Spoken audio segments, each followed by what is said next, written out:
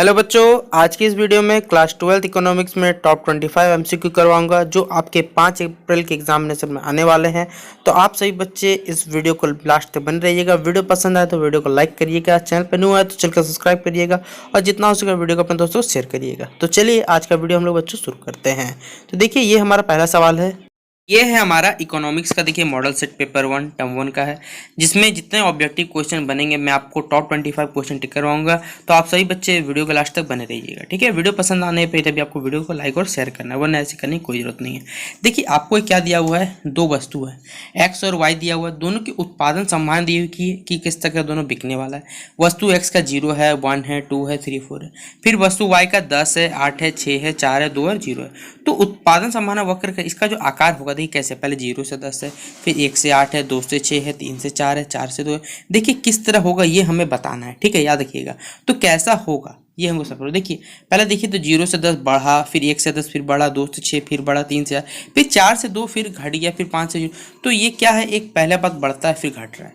तो देखिए यहाँ पर एक ही ऑप्शन मिलता है आपको, वो है ऋणात्मक ढाल तथा एक सरल रेखा बनने वाला है। इसका जो आंसर होगा ऑप्शन नंबर सी हो जाएगा इसका सही जवाब। तो आप लोग टिक कर लीजिएगा, ठीक है। अगला है कि अर्थव्यवस्था की, देखिए केंद्रीय समस्या है और ये एक इंपॉर्टेंट क्वेश्चन में टिक कर लीजिएगा। अर्थव्यवस्था जो इंपॉर्टेंट समस्या होती है, केंद्रीय मतलब होता है सेंट्रल समस्या के जुड़ा हुआ होता है, को किसके लिए उत्पादन हो, ठीक है, और साथ में किसके लिए उत्पादन हो, ये सबसे बड़ा फैक्टर यहाँ करता है और ये इंपॉर्टेंट सवाल है, टिक करिएगा। अगला है अर्थशास्त्र में सृष्टि और व्यष्टि शब्द का प्रयोग, और ये तो टॉप मोस्ट इंपॉर्टेंट सवाल, टिक करिएगा। इसका याद है कि रैगनर फ्रिश ने क्या किया था। रैगनर फ्रिश वो अर्थशास्त्री थे जिन्होंने सबसे पहले व्यष्टि और समष्टि यानी मैक्रो और माइक्रो इकोनॉमिक्स का प्रयोग, शब्द का जो प्रयोग सबसे पहले किया था। ऑप्शन नंबर बी जरूर टिक करिए, याद कर लीजिएगा। अगला है कि किसान खेतों की जुताई के लिए ट्रैक्टर और हल बैल के बीच किसी एक तकनीक का चयन करता है, उसका यह चयन अर्थव्यवस्था की किस केंद्रीय समस्या। देखिए एक किसान है जो खेत को जुताई के लिए ट्रैक्टर भी चाहिए, उसे हल बैल भी चाहिए, दोनों में से किसी एक तकनीक का उसको चयन करना, तो कौन सा ऑप्शन चुनेगा जो सबसे बेटर हो, केंद्रीय समस्या से मेल खाता है, ये हमें बताना है। तो देखिए सबसे बड़ा बात है कि देखिए दोनों ऑप्शन सही है। दोनों ऑप्शन मतलब क्या, कैसे उत्पादन करें, किससे ज़्यादा उत्पादन होगा ये हम बताना है, इसलिए कैसे उत्पादन करें दोनों में से बेटर, ये ज़्यादा ऑप्शन सही, इसलिए इसका आंसर होगा 4 का बी। और इंपॉर्टेंट सवाल मार्क करिएगा, और ये तो इंपॉर्टेंट रख लीजिए कि किस अर्थशास्त्री के अनुसार उपयोगिता को मुद्रा में मापा जाता है।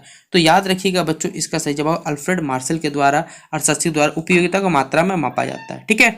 फिर देखिए एक आपको क्वेश्चन बोला हुआ है कि एक व्यक्ति 4 गोलों का उपभोग करता है, उसे प्रति व्यक्तिगत इकाई से क्रमशः 15 यूटिलस, 12 यूटिलस, 10 यूटिलस तथा 8 यूटिलस उपयोगिता मिलती है। उसे 4 गोलों के उपयोग में कुल उपयोगिता, देखिए कुछ नहीं करना है बच्चों, जितना बोला कि सबको जोड़ दीजिए आप, जितना बोला, ठीक है।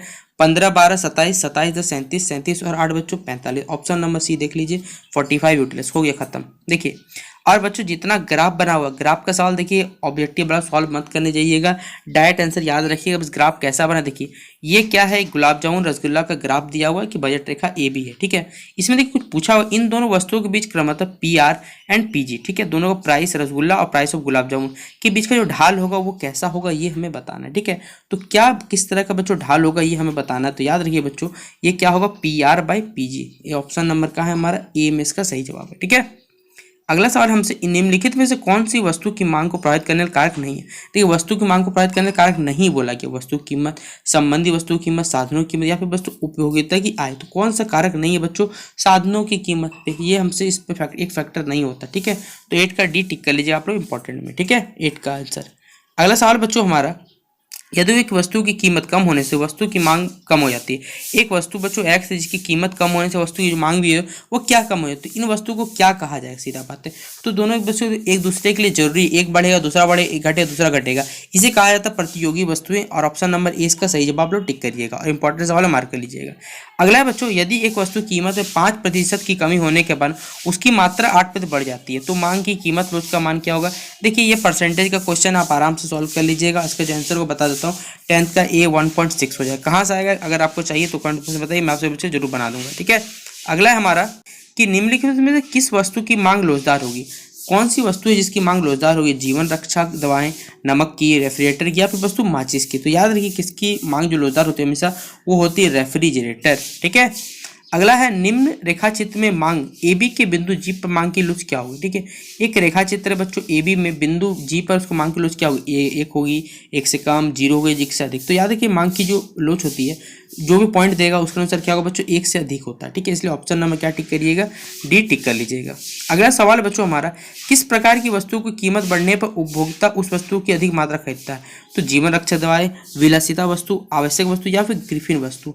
तो बच्चों गिफिन वस्तु क्या होती है, जब कीमत बढ़ने पर उपभोक्ता क्या करता है, उसका अधिक मात्रा में खरीदना चाहता है। ऑप्शन नंबर डी इसका टिक करिएगा आप लोग, इसका सही आंसर। अगला सवाल है, यदि एक उपभोक्ता एक वस्तु पर अपने आय का एक बड़ा हिस्सा खर्च कर देता है तो उस वस्तु की मांग क्या होगी? अगला हमारा 14 नंबर सवाल है कि यदि एक उपभोक्ता एक वस्तु पर अपनी आय का बड़ा हिस्सा खर्च कर देता है, ठीक है, तो उस वस्तु की मांग देखिए बच्चों, क्या अपना उपभोक्ता एक वस्तु की मांग जितना आय था उस पर अपना एक बड़ा हिस्सा मतलब बहुत बड़ा अमाउंट खर्च करते हैं, तो क्या कहलाता है बच्चों? तो ये जो मांग मतलब ये जो मांग होती है बच्चों, ये क्या कहलाता है, बेरोजगार कहलाती है। और ऑप्शन नंबर 14 का ये, और ये एक इंपॉर्टेंट सवाल है, इसे मार्क कर लीजिएगा। 13 वाला भी इंपॉर्टेंट है, जरूर मार्क कर लीजिएगा।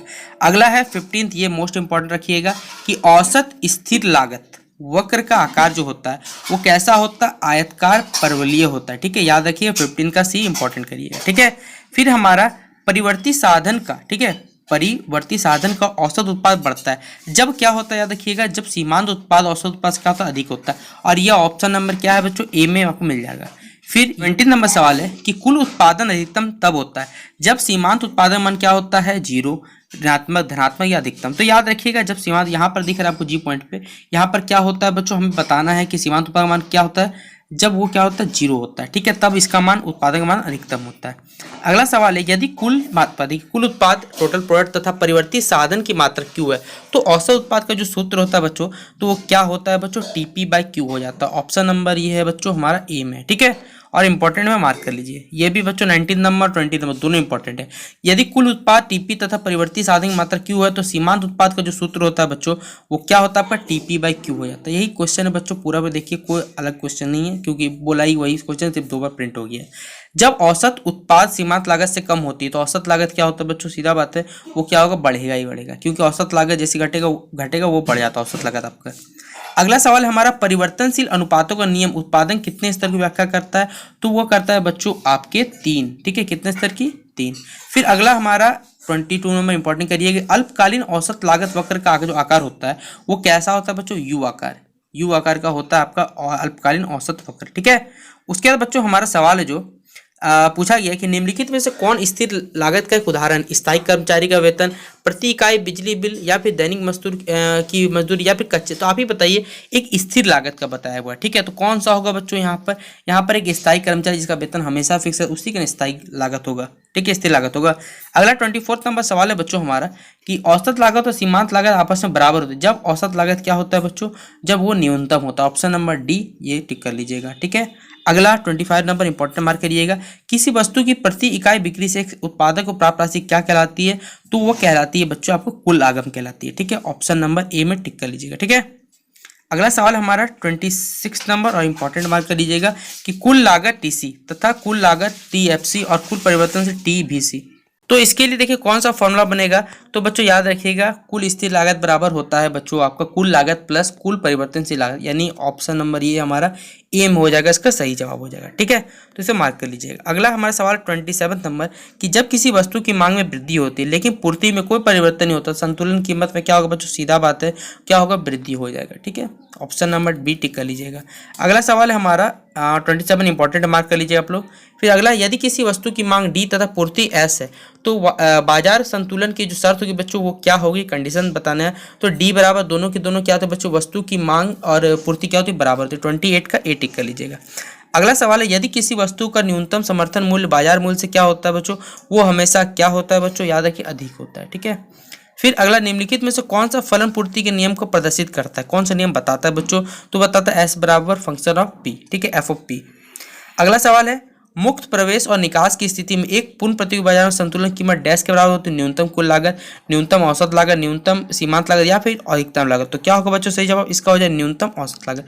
ये 13 नंबर इंपॉर्टेंट मार्क करिएगा। ठीक है, अगला 32 नंबर सवाल, एक उत्पादक का उद्देश्य क्या होता है बच्चों, सीधा बात है अधिकतम लाभ कमाना, सीधा बात, प्रॉफिट ही नहीं कमाएगा अधिकतर, ये छोड़ सकते हैं आप लोग। अगला 33 नंबर अल्पकाल में एक पूर्ण प्रतियोगिता फर्म हानि प्राप्त करने के बावजूद उत्पादन जारी रखता है जब वस्तु की कीमत क्या होती है बच्चों, जब औसत परिवर्तनीय लागत से अधिक या उसके बराबर, जब जो वस्तु का दाम है वो अधिक हो जाए या फिर एवरेज चलता है, तब भी वो क्या रखता है बच्चों, अपना हानि को क्या करता है, मेंटेन करके रखता है। ठीक है, तो 33 का सी कर लीजिएगा। अगला है कि निम्नलिखित में से कौन पूर्ण प्रतियोगिता की विशेषता नहीं है, ये बताना है, विशेषता नहीं है बोला गया। तो याद रखिए वस्तु की मांग बेरोजगार, इसका सही आंसर है 34 का डी टिक कर लीजिए आप लोग। ठीक है, अगला सवाल हमारा, किस प्रकार की बाह्य संरचना में किसी वस्तु का केवल एक और एक उत्पाद होता है, एकाधिकार, अपूर्ण प्रतियोगिता, पूर्ण प्रतियोगिता या फिर द्वैधिकार। तो किसमें होता है बच्चों, ये होता है बच्चों आपका एकाधिकार में। ठीक है, केवल एक ही उत्पादक होता है वहां पर। ठीक है, अगला हमारा 36 नंबर सवाल है, निम्नलिखित में से कौन सा कथन पूर्ण प्रतियोगिता और एकाधिकार में स्पष्ट अंतर को देखिए व्यक्त करता है। तो हम लोग चारों ऑप्शन पहले पढ़ते हैं कि एकाधिकार में पूर्ण प्रतियोगिता की तुलना में फर्मों की संख्या अधिक होती है, एकाधिकार पूर्ण प्रतियोगिता फर्म की तुलना में अधिक कीमत तय करता है और कम मात्रा की बिक्री करता है, या फिर एकाधिकार में फर्म के प्रवेश और निकास की स्वतंत्रता होती है जबकि पूर्ण प्रतियोगिता में नहीं होती है, एकाधिकार में वस्तु समरूप होती है जबकि पूर्ण प्रतियोगिता में टिकट प्रस्थापित वस्तु उपलब्ध नहीं होती है। तो देखिए इसमें से कौन सा पूर्ण प्रतियोगिता और एकाधिकार अंतर सबसे बेस्ट ऑप्शन है बच्चों, तो याद रखिए ऑप्शन नंबर बी है। ऑप्शन नंबर जो बी है कि फर्म की तुलना में क्या अधिक कीमत तय करता है और साथ ही कम मात्रा की वो बिक्री करता है।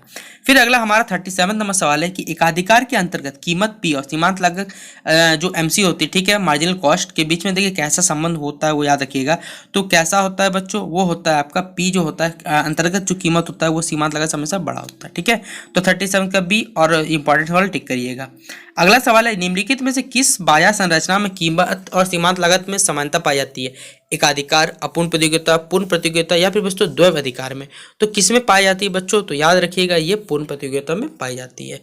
अगला सवाल है 39 नंबर सवाल हमारा, यदि एक विक्रेता को 5 रुपये प्रति इकाई पर किसी वस्तु की 60 इकाई की बिक्री से कुल प्राप्त लागत अंक की राशि क्या होगी। ठीक है, प्रति इकाई देखिए 1 यूनिट का दाम 5 रुपये है, टोटल 60 यूनिट आपने बेचे, तो बताइए आपको लाभ कितना हो बच्चों, तो 65 जो कितना होता है 300, लीजिए आंसर खत्म। और ये सवाल आप बना सकते हैं। ठीक है, अगला है उत्पादक कर में। ठीक है, आपका कर मतलब टैक्स में वृद्धि होने से किसी वस्तु की पूर्ति में क्या होगी, स्थिरता होगी, खुद बताइए।